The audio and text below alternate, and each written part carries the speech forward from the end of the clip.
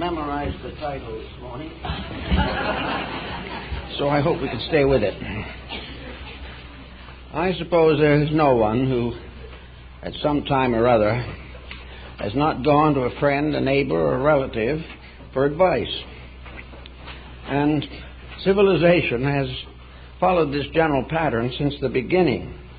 We have always turned to our fellow creature in time of trouble if we feel that that person is capable of being of practical assistance. And many are. And in the days before the rise of professional psychiatry and psychology, the favorite source of inspiration was the local minister. And if he wasn't quite able to handle some practical problem, there was nearly always someone in the community who had a reputation for solving things.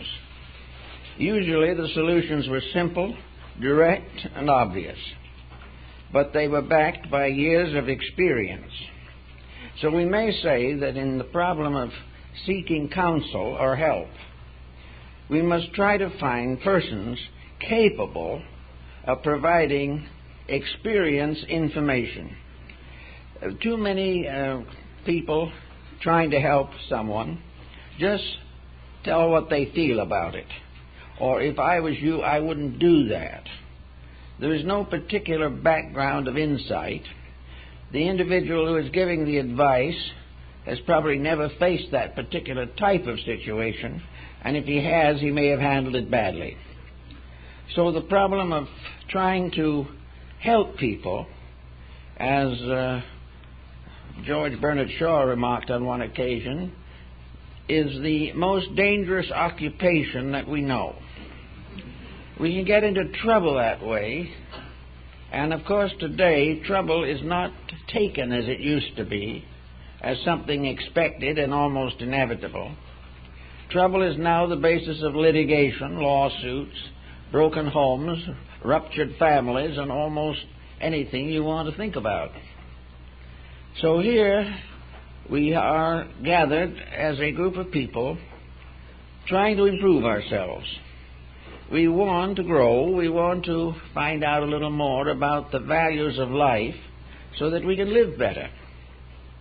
In order to do this, we must search in many cases for some outside assistance. Perhaps we will read a book that we feel has a good answer, or we discuss it with someone whom we regard as authoritative or informed. But always the individual who gives advice has certain responsibilities that he must face. In other words, in order to give advice, it is very definitely necessary to examine our own inner natures.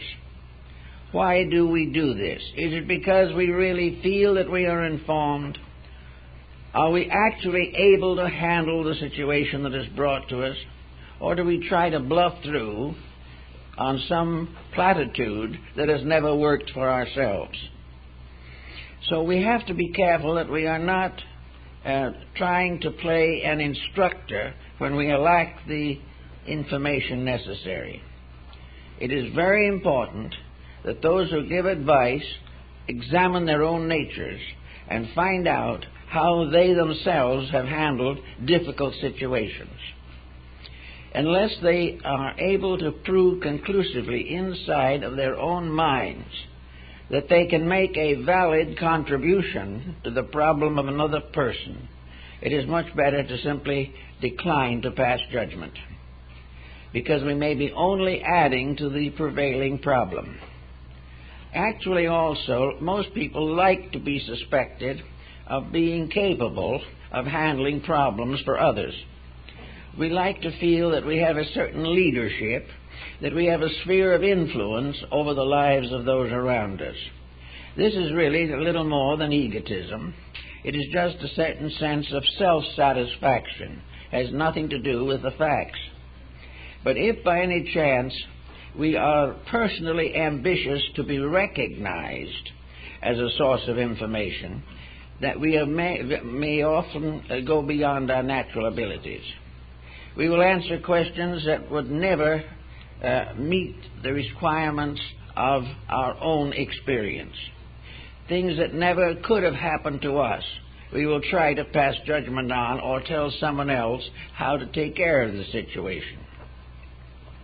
This goes on year after year, and nearly every family has in it somewhere an advice giver who nearly always is the one most in need of advice themselves.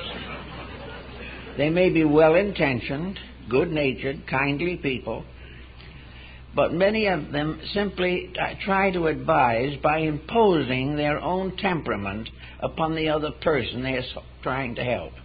It's one of the most common introductions to an advice cycle is, if I were you. Well, this in itself is a dead negative. The other person is not us. Our way of doing things may not have any bearing upon theirs. And may be well to note that these people who have been giving this information have done what they would have done under certain circumstances, and it came out badly.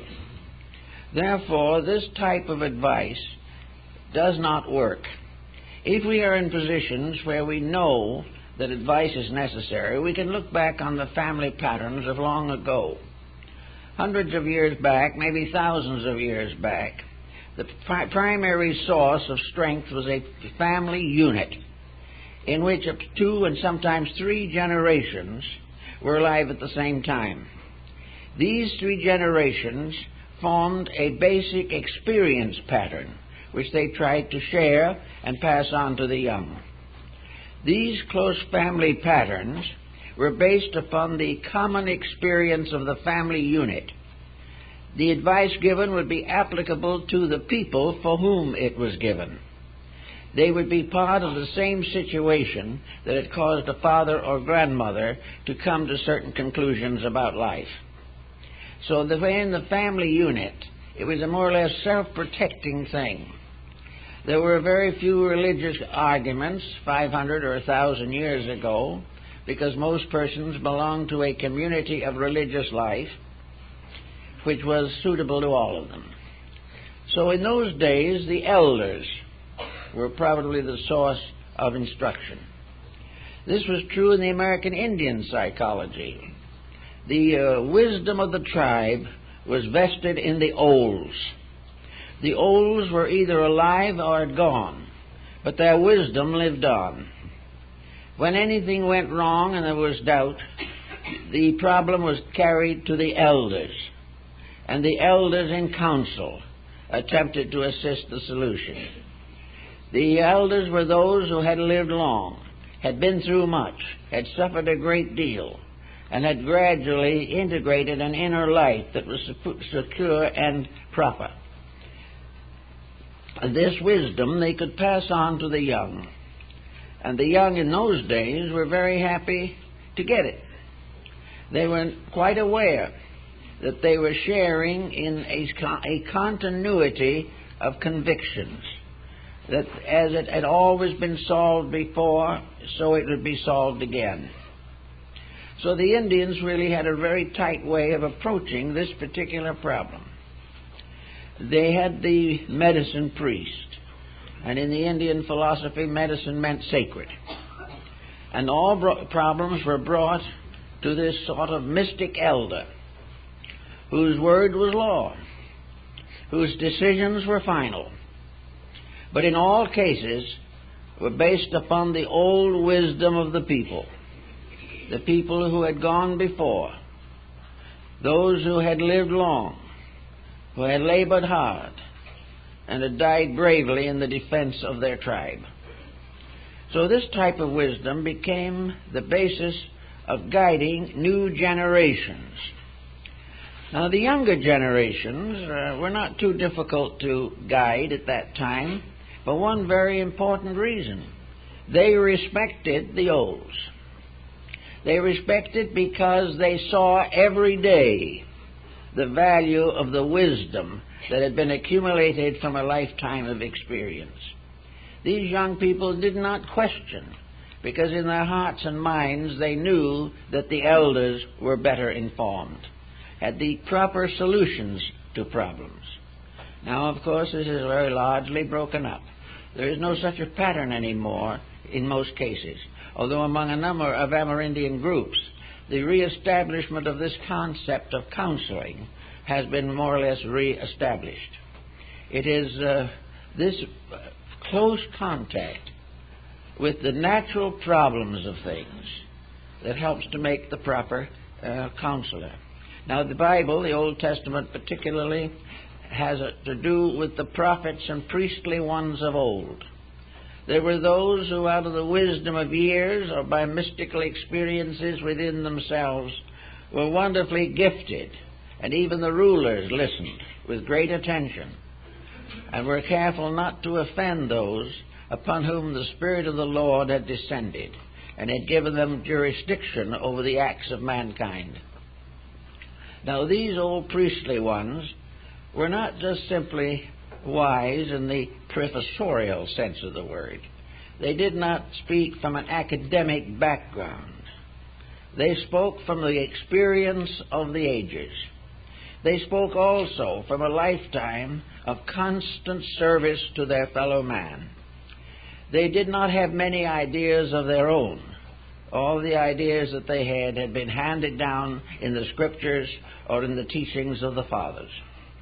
So there was, again, a kind of descent of infallibles, things that always had worked, things that always did solve, and which the new generation was willing to apply to their own problems.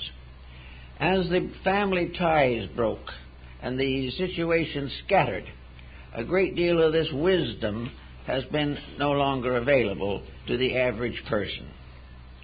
So today, if we have a problem on our hands and we want help, we cannot simply ask somebody. We cannot take it over the fence with the neighbor. We cannot go down the street and to a friend who plays bridge with us on Tuesday evenings. These are not the ways in which we can hope to find solutions. Of course, the first problem, when faced with difficulty, is to look inside yourself. If you can be completely honest with yourself, you are the best counselor you will ever have. But many people are not capable of that degree of impersonality. They are bound to sit on one end of the scales when they weigh a problem. Instead of following the fact of the problem, they follow the implications that they wish to recognize. But if a problem arises, every individual should really say to himself, have I done everything possible to solve this problem? To what degree am I at fault in a critical situation that is developing? It is much better to do this yourself than to pay $1,000 for an analyst to do it for you. And he may come up exactly with the same answer. But the question first of all is, can we solve it ourselves? Can we solve it perhaps with a little encouragement? Someone that we know and believe in can say, I think you can solve it yourself. You have the proper knowledge, you have the courage, you have the strength of character and the integrity to solve your own problem. Now, this isn't giving advice, it is simply pointing up the possible potential of self-analysis. Well, if it happens that the problem could be within a range of self-analysis, then it's very wise to take the position, in my situation, have I been doing what I should have done, or have I been doing what I wanted to do? And if these two are not the same thing, they can explain a great many difficulties. It is always in our way of thinking that we want to be happy, we want to be comfortable, we want to have every privilege possible to us. But the question then arises, how far can we carry this without damaging other people or debilitating our own ethics? Very often, if we think a little while, we can see why things have not gone badly. We begin to understand how a bad investment may have crippled us financially, perhaps only because we tried to get more profit than was reasonable. All the way along, the individual has to curb his own appetites. He has to put a certain restriction upon his own ambitions. He must live within the area of his own available intelligence. And if he does not do this, he is bound ultimately to come to difficulty. Well, you can look through the situation, and if you have a living parent or someone who is very close and has long been very fair in matters, you can perhaps discuss it a little bit with them to see whether they had discovered in you characteristics and traits which you have not recognized that you have. This does not mean that they will give you important or concluding advice, but they may point out how you can help to solve your own difficulty. Actually, we are all in this world to solve problems ourselves. Now, in a complicated civilization such as we live in now, it is not always possible to do this alone. We must call in help. We must do various things that will assist us in protecting our integrities and our normal rights and our responsibilities. Now, if it seems that you do need to have some kind of advice from someone else, then you must begin to estimate the type of person whom you believe can give you the advice that you need. The present tendency is to be a little afraid of professional, technical advice. We feel that too much of this advice is simply given by the hour at so much an hour, and that there is really very little basic understanding. Therefore, the psychologist is not always selected as the one to help in these emergencies. And almost anything that a psychologist can do without the practice of psychiatry is to try to help the individual to estimate the nature of his own character. He must realize that he is in his present difficulty because of what he is. He is not in trouble because others have variously injured him. Maybe he is injured in some cases, but it's usually because he has opened himself to the injury. He is not actually looking for an outside cure. He is looking for something that will help him to rationalize his own inner need. So if he goes to an advisor or a helpful person, there are several things to be taken into consideration. Nearly all advice that is necessary for the intimate problems of living is involved in religion, either religion actually or through various phases of religious philosophy or religious practice. Therefore, the tendency may be to consult a religious person. That is often a good thing to do, but there is also something else that has to be definitely considered. We must find someone who we know to be qualified to do the thing we need done. And for the most part, the religious advisor deals in platitudes. He tells you all kinds of abstract things, but he cannot provide the particular, detailed, specific information that will help you out of a difficulty. He also is apt to exercise more than proper authority on you because he is part of your idea of the religious image. To you, he has special authority because of a religious position, and this authority may not in any way include the capacity to help you. Now, the person, on the other hand, who has this authority may be very honest, very willing, and very kind-hearted, but has he ever asked himself whether he is qualified to give advice? I know one case that came to my own attention where a person who really believed that they were inspired by some overpowers, that they had been illumined in some respect, became a sort of counselor to a great number of persons over a period of years. And the result was almost completely tragic. The advice given was not the advice needed. The person giving it did not know what they were doing. But when the problem got difficult, instead of facing the fact that they had failed, they simply moved out of the community and went elsewhere and did the same thing. They left their damage behind them, or simply closed off contact with that which failed to meet their expectations. These people should have settled down quietly and tried to figure out why the advice they gave others did not work. And usually it did not work because the foundation of it was not realistic. The background of the information was not solid. It had to do with strange visions and psychic expressions and manifestations which no one could prove, but at the same time were passed on as solid facts. These solid facts evaporated, often leaving the victim worse off than before. So if you are going to be an advisor, it is necessary to prepare for the job.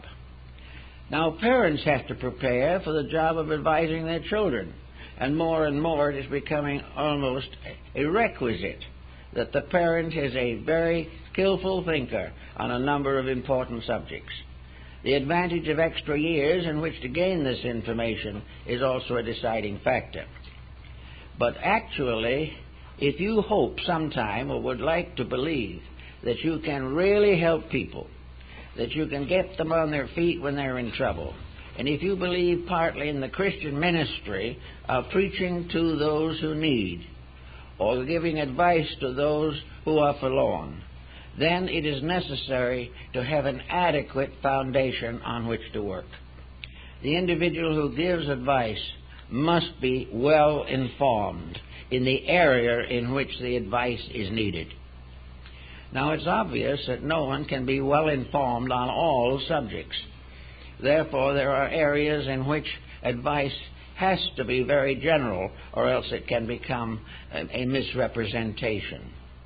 Actually, however, behind all of our thinking, there is a simple background which we can all learn and which we can all use in measuring the value of our own advice.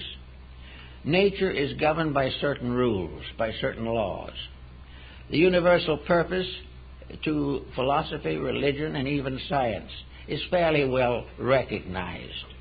What the individual must do to survive is to obey the rules governing survival.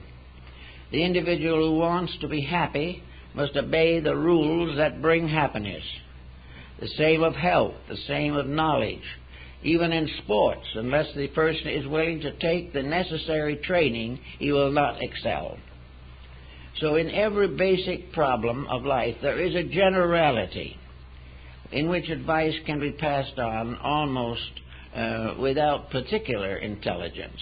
But it is simply advice to keep the rules, to keep the faith, to read the Scripture, to follow the commandments of Moses and Jesus. And that if individuals will do these things, most of their problems will evaporate. But our present generation is made up of people who have joined various religious organizations, but have kept all of their previous prejudices. They are not really actually practicing what they preach or what has been preached to them. They have been newborn in some faith, but they do not forgive their enemy quickly.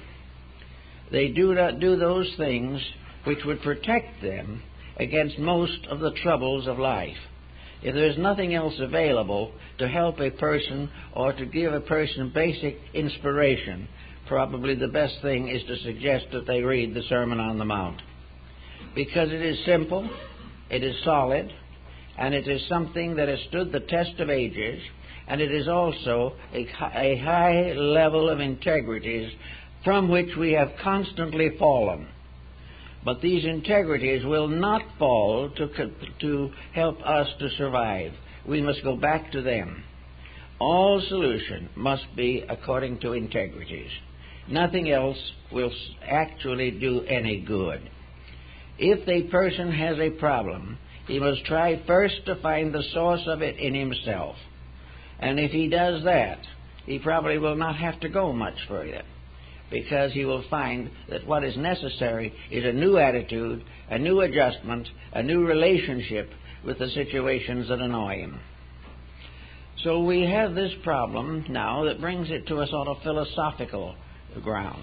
There is a school of thought that takes it for granted that if we dominate the thinking of another person, we must accept and assume ourselves the consequences of our own advice. Now, this is a very unpleasant concept, and in fact, it's one that no one really wants to follow. We do not want to give advice and learn later that the individual took it and his problems were worse than they'd ever been before. If we do hear this, of course, we have always the traditional evasion that either they did not do what we told them to, or else it was all their own fault, not ours. But where we pass on an influence strong enough to condition another person, where through psychology of dominance, or through some traditional background, or through religious superiority, our influence becomes so definite that it is difficult to resist, and this influence goes bad. We are certainly in some way involved, because I know a number of persons who have ruined other people's lives by their hasty advice, their dogmatic attitudes, and their unwillingness to practice the basic principles of Christian charity. So this problem brings into philosophical focus the matter of the responsibility that we have when we over-influence other people. And by over-influenced, we don't necessarily mean a good heart-to-heart talk or something of that kind, but where we put behind that some strange psychic pressure, some mysterious factor, where the person giving advice insists that the advice is not originating with him, but was given to him directly by the divine hierarchies. This makes it very difficult for the other person to resist what is in fact a delusion. So that where we press an advice, supporting it with factors that are not true, or trying to influence and maintain this influence by exaggeration, or by threats, or by all kinds of misrepresentations, then certainly we are at fault. We are definitely breaking the rules of good living. We are breaking the rules whether we know it or not. Now, many people who suffer do not know that they have broken the rules, but they are still suffering, and sometime they must face the fact that breaking the rules is the cause of suffering. So if a person trying to help another goes beyond the normal state of his common knowledge and attempts to press, force, or over-influence, he is going to take on consequences which may be difficult. A good example of this happened a number of years ago, and a person who came to me when a young woman, when she was in her early 20s, had a romantic affair. The family disapproved, of course, and the mother particularly disapproved because she had already planned that in her older age the daughter was going to live with her and take care of her. With this in the back of her mind, she fought to destroy the possibility of a marriage. As a result of threats and petitions and hysteria and tears and appeals to family loyalty and divine relationship and honoring the parents and all this, the girl gave up the romance. They lived together, the daughter and the mother, for years. The mother finally died, leaving a 65-year-old daughter who had never been out of her mother's sight. Both lives wrecked. The older woman gone, the younger woman now beyond the age of building a home or having a normal relationship with life. Now, the mother was moved primarily not by the fact that the marriage might have been wrong. She was moved by the fact she wanted to hold the girl to herself. She wanted to be able to dominate this person so that this person would take care of her in her older years. Now, there's a good case for karma. It's almost certain that the older person will sometime have to face this, because it was wrong, it was selfish, it was self-centered, and it was prejudiced. Now, with these factors behind any bit of advice, we may begin to think in terms of karmic difficulties. We begin to realize that where ulterior motive influences the advice, we are already making a serious mistake. The only way in which we can help is when our own affection, our love, our friendship is pure and uncontaminated. If we are trying to do it to improve our own condition, to win the confidence of people we wish to dominate, then we are in bad way. So we can say that karma comes in where there is a misrepresentation as to the importance of knowledge. That karma comes in where an individual is overwhelmed and is no longer able or permitted to think for themselves. This is one point where there's no question that the responsibility is passed on. This person will have to go through a similar experience themselves and will have to face the chances of being themselves exploited at some future time. Whenever there is an ulterior motive, it whiplashes and comes back at us. Another phase of this particular approach to the situation is that we impose upon others the idea that we are like them and that they are like us in many ways where this similarity does not exist.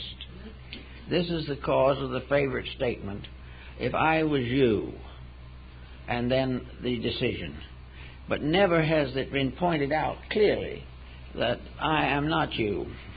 And for that reason, the whole problem is badly complicated. The woman comes to her neighbor across the fence and says she's going to divorce. And the neighbor says, of course you are. You are certainly going to divorce. He's a perfect brute. How did you live with him this long? The other neighbor, who knows he's a perfect brute, knows it because the wife has told her. She may never have met the husband at all. He might be the perfect brute. You never know. But the neighbor advising, wherever an advice involves a situation that is not obviously constructive, it must be taken with a grain of salt. It is perfectly right to say, if you feel that you need to separate, that is your decision. No one should interfere with it. If you want our opinion, we can't give it because we don't know. But somewhere in the great teachings of mankind there is an answer to your particular problem. And when you get to that answer, you will find that it is constructive, idealistic, and inclined to help the person to grow. Comparative religion helps in this a great deal because many different religions emphasize different aspects of human relationship. And these different aspects can be applied to the problem of the moment. And sometimes we can't find in the scripture just the answer we're looking for, but we can find it in one of the other sacred books of the world, set in a setting that is just as responsible, just as realistic, and just as honorable. So always we have to understand motives. It is motive in almost every case that determines the consequences of an action. It is the motive that causes us to seek help that becomes a very definite factor in what that help is going to mean and how we're going to use it. It is the motive to be a teacher or a helper or to gain a local reputation for omniscience that makes the individual say things that he shouldn't say. He also may be influenced by a financial situation in which his financial success depends upon agreeing with aggrieved persons who are willing to pay an exorbitant fee. So all these things have to be kind of sorted out. If we are parents, the law is that we have the right to help these young people, that we have a right to coach them in the things we believe is right. We have a right to chastise them in some way if they break the common rules of life before they're old enough to understand them. We have a right to try and make honest citizens out of our own children. We can do all that is possible. But also, it is very likely that the effort will be clumsy, extremely clumsy. We will simply demand obedience, and we will never question in ourselves whether the thing we wanted them to do was suitable for them to do. We demand obedience and allegiance and unquestioning acceptance, but when the child stands a few feet away and looks back at us, they find that we are not the responsible person who could hold their confidence. So there is rebellion where the conduct of the parents is not consistent with the natural integrities of a child. If these integrities are blighted long enough, they will then be corrupted also, and the trouble will spread, sometimes through several generations. Actually, then, all ulterior motives have karmic consequences. The only thing that has no negative consequence is that which is done with fullness of spirit, kindness of heart, and with all the wisdom, insight, patience, and temperance that we can possibly focus upon the situation. We must in no way try to over-influence. We mustn't fall back upon hypocrisies to strengthen our position. We must not try to plead with a person on some religious grounds which is inconsistent with their believing. All of these side factors have to be faced. Now, advice is something that's not really a mental thing at all after it's all said and done. Advice is an exchange of inner understanding. It is a communication on the level of the human soul. The advice that is given without love, without charity, without honor, is not advice at all. It is rather that we must recognize that as the deity, in one way or another, implants upon the face of nature all the truths that we need to know. And man, over the course of ages, has gradually interpreted many of these truths into works, sacred books, art, music, literature, philosophy, and science. Therefore, the great book of solutions unfolds around us all the time. We have to always try to move only from the deepest side of our own nature. This doesn't mean that we can't think, but it means that the real basis of our understanding is a subtle sympathy by which we find ourselves close to suffering and anxious to serve its solution. Any other motive will get us finally into trouble. Always we must realize that our own experience may not be the necessary thing for another person. We have to try, therefore, to gain as much understanding and insight of experience as possible. My reactions to these things have been largely on the level of comparative religion. I'm a little worried about intellectual philosophies because they do get into trouble themselves quite easily, and the sciences ignore too large a part of the person.